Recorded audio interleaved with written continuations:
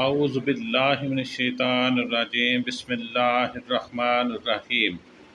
شہدائے کربلا کا بدلہ کیسے لیا گیا؟ بہت ہی زبردست ایمان افروز واقعہ میں آپ کے سامنے بیان کرنے کو جا رہا ہوں۔ امید ہے کہ یہ ویڈیو آپ کو پسند آئے گی۔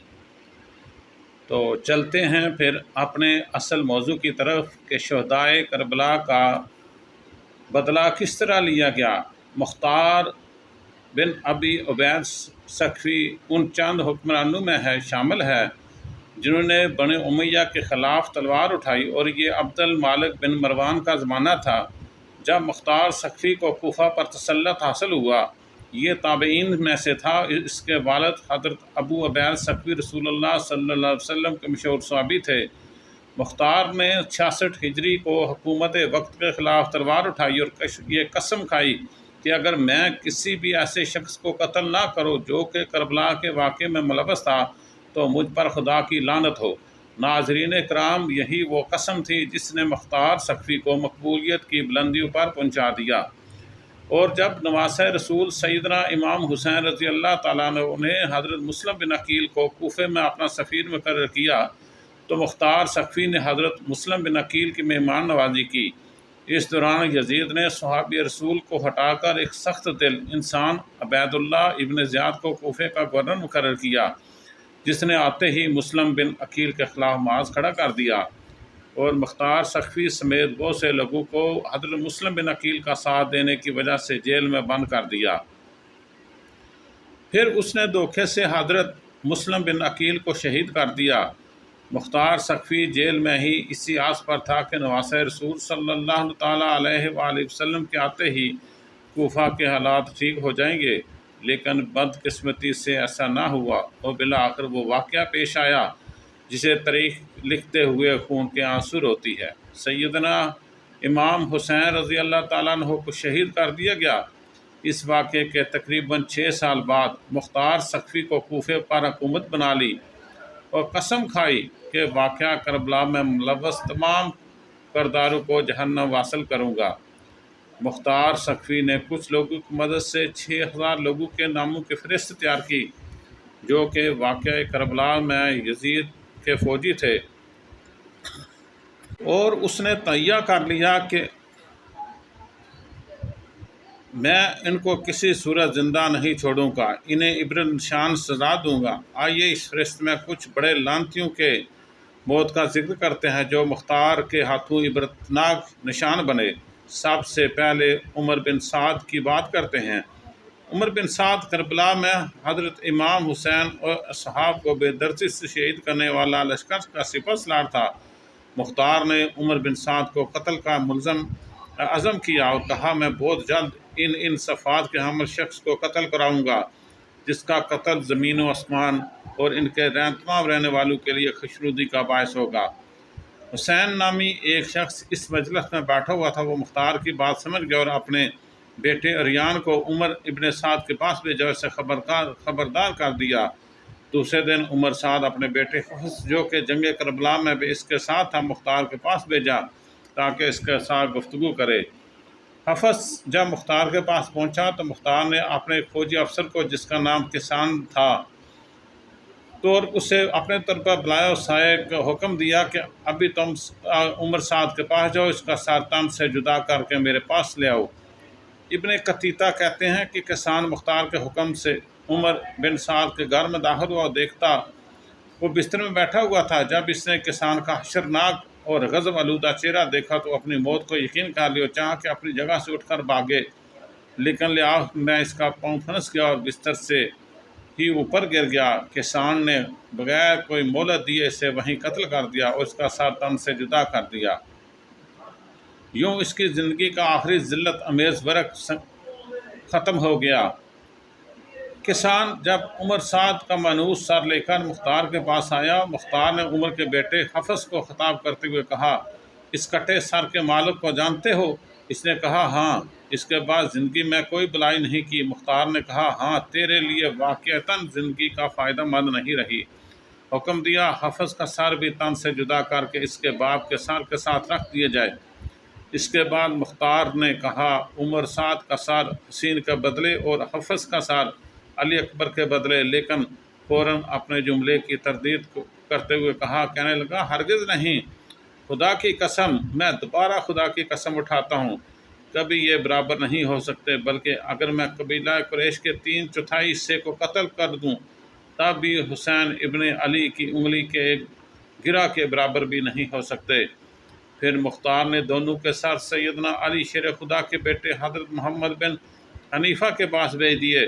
دوسرا بدبخت خولی بن یزید تھا جو کہ مختار کے ہاتھوں کتے کی موت مرا۔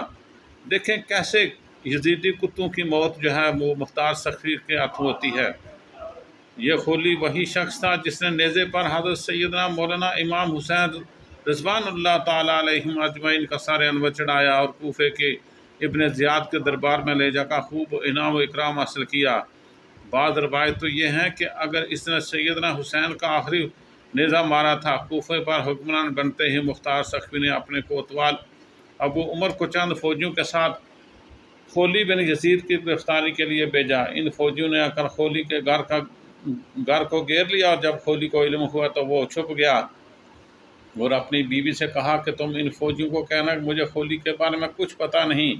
کوتوال نے اپنی فوجیوں کو کہا کہ خولی کے گھر کی تلاشی لو تاکہ پتہ چلے خولی گھر میں ہے یا نہیں۔ خولی کی بیوی وہی تھی جس نے سیدنا امام حسین کے سر انور سے پوری رات محبت کی تھی اور خولی پر پورن رات تھی۔ جب سپاہیوں کو خولی نہ ملا تو بیوی نے ہاتھ کے اشارے سے بتایا خولی وہاں چھپا ہے۔ منہ سے کہنے لگی کہ خولی گھر پر نہیں، خولی سر پر ایک ٹوکرے لیے چھپا ہوا تھا، اس کو گرفتار کر کے لے آ رہے تھے۔ راستے میں مختار سقفی مل گیا، وہاں ہی مختار سقفی نے خولی کے گھر والوں کو بلا کر سب کے سامنے ان کے سر کو جدا کر دیا، پھر اس کو آگ میں پھینک دیا۔ جب تک خولی کا جسم جل کر راکھ نہ ہوا تب تک مختار اپنی جگہ سے نہ ہلا۔ پھر اپنے فوجیوں سے کہا اس کی راکھ کو ہوا میں اڑا دو تاکہ اس بدبخت کی خاک کا بوجھ زمین سے کم ہو سکے۔ اب بات کرتے ہیں شمر ملعون کی۔ شمر کا انجام کیسے ہوا؟ دیکھیں اس کا بہت ہی دردناک جو ہے انجام ہوا۔ ناظرین کرام، واقعہ کربلا میں شمر کا کردار بہت نمایاں تھا۔ یہی وہ شخص تھا جس نے ابن زیاد کا 4000 کا لشکر لے کر کوفہ پہنچا اور خیموں کو آگ لگائی اور امام حسین رضی اللہ تعالیٰ عنہ کو شہید کیا۔ سن 66 ہجری مختار سقفی نے قیام کیا۔ شمر نے اس کے خلاف ہونے والی جنگ میں شرکت کی، لیکن مختار سقفی نے شمر سمیت اموی امراء کو کوفے میں ہونے والی جنگ میں شکست دی۔ مختار سقفی نے ارادہ کیا کہ کربلا کی جنگ میں شریک ہر یزیدی کمانڈر کو قتل کر دے گا اور اہل بیت کے پاک گرانے کا بدلہ لے گا۔ شکست کے بعد شمر کوفہ سے فرار ہو گیا، لیکن مختار سقفی نے خاص طور پر اپنے غلام زوبی کو ایک دستہ فوجیوں کا دے کر اس کے پیچھے بھیجا، لیکن شمر نے مختار سقفی کا غلام اور اس دستے کو قتل کر دیا۔ پھر مختار سقفی خود اس مہم پر نکلے اور شمر کو گھیر کر اسے قتل کر دیا۔ اس کا سر گردن سے اتار کر کالا کر کے نیزے پر لٹکا کر پورے کوفے میں گھمایا اور اسے ڈٹرے کو پہلے کھولتے ہوئے تیل کے دیگ میں ڈالا، پھر کوفے کے بازار میں جنگلی کتوں کے آگے ڈالا اور پھر شمر کا سر محمد بن حنیفہ کے پاس بھیجا۔ ناظرین کرامی، اگر ابن زیاد کوفے کا گورنر تھا جس نے حضرت مسلم بن عقیل کو شہید کیا اور امام حسین رضی اللہ تعالیٰ عنہ کے کربلا میں اپنی فوج بھیجی، اس کے حکم پر پانی بند کیا گیا۔ اس کے خط کی روشنی میں کربلا کا واقعہ وقوع پذیر ہوا۔ مروان کی حکومت میں ہی سلیمان بن خزاعی نے توابین قائم کیا جو کہ کوفے کے توبہ کرنے والوں پر مشتمل تھا جو نواسہ رسول صلی اللہ علیہ وسلم کی شہادت کا بدلہ لینا چاہتے تھے۔ مروان نے ابن زیاد کو ہی توابین کے مقابلے کے لیے بھیجا۔ 65 قمری میں مروان کی موت واقع ہوگی، لیکن ابن زیاد نے پیش قدمی جاری رکھی اور عین اروردہ کے مقام پر توابین کو شکست دے دی۔ اس کے بعد ابن زیاد جزیرہ کے شہروں کو تخت فرمان لانے میں مشغول ہو گیا۔ پھر اس نے مختار عاملین خطاب موصل پر حملہ کیا اور مختار کے طرفدار تقریت میں عفو نشینی اختیار کی۔ مختار بن سقفی کو اس حملے سے آگاہ کیا۔ مختار نے اپنی سپاہ بھیجی جس نے ابن زیاد کی بھیجی ہوئی فوج کو شکست سے دوچار کیا۔ چنانچہ مختار سقفی کے لشکر کی کامیابی کے بعد ابن زیاد نے بدلہ لینے کے لیے ان پر حملہ کیا۔ جبکہ اس بار مختار سقفی نے ابن زیاد کے مقابلے کے لیے ابراہیم بن مالک استازاغ کو بھیجا۔ چنانچہ دریائے خزر کے ساحل کے نزدیک موصل کے 5 فرسخ کے فاصلے پر عراقیوں اور شامیوں کی بہت بڑی جنگ ہوئی، جس میں آپ نے محرم الحرام 67 ہجری کو ابن زیاد نے شکست کھائی۔ جہاں پر ابن زیاد کا قتل ہوا، وہ عبید اللہ ابن زیاد اور ان کے ساتھیوں کے ساتھ تن سے جدا کر مختار سقفی کے پاس بھیجے گئے، جن کو عبرت حاصل کرنے کے لیے ایک اسی مسجد میں اور اسی جگہ رکھا گیا جہاں سیدنا حسین کا سر اقدس رکھا گیا۔ اب جہاں ابن زیاد کے سر کے ساتھ ایک نہایت غیر معمولی واقعہ پیش آتا ہے، جس کو سن کر آپ ہی دشمنان اہل بیت کا کانپ اٹھیں گے۔ یہ واقعہ جامع ترمذی 7080 پر درج ہے۔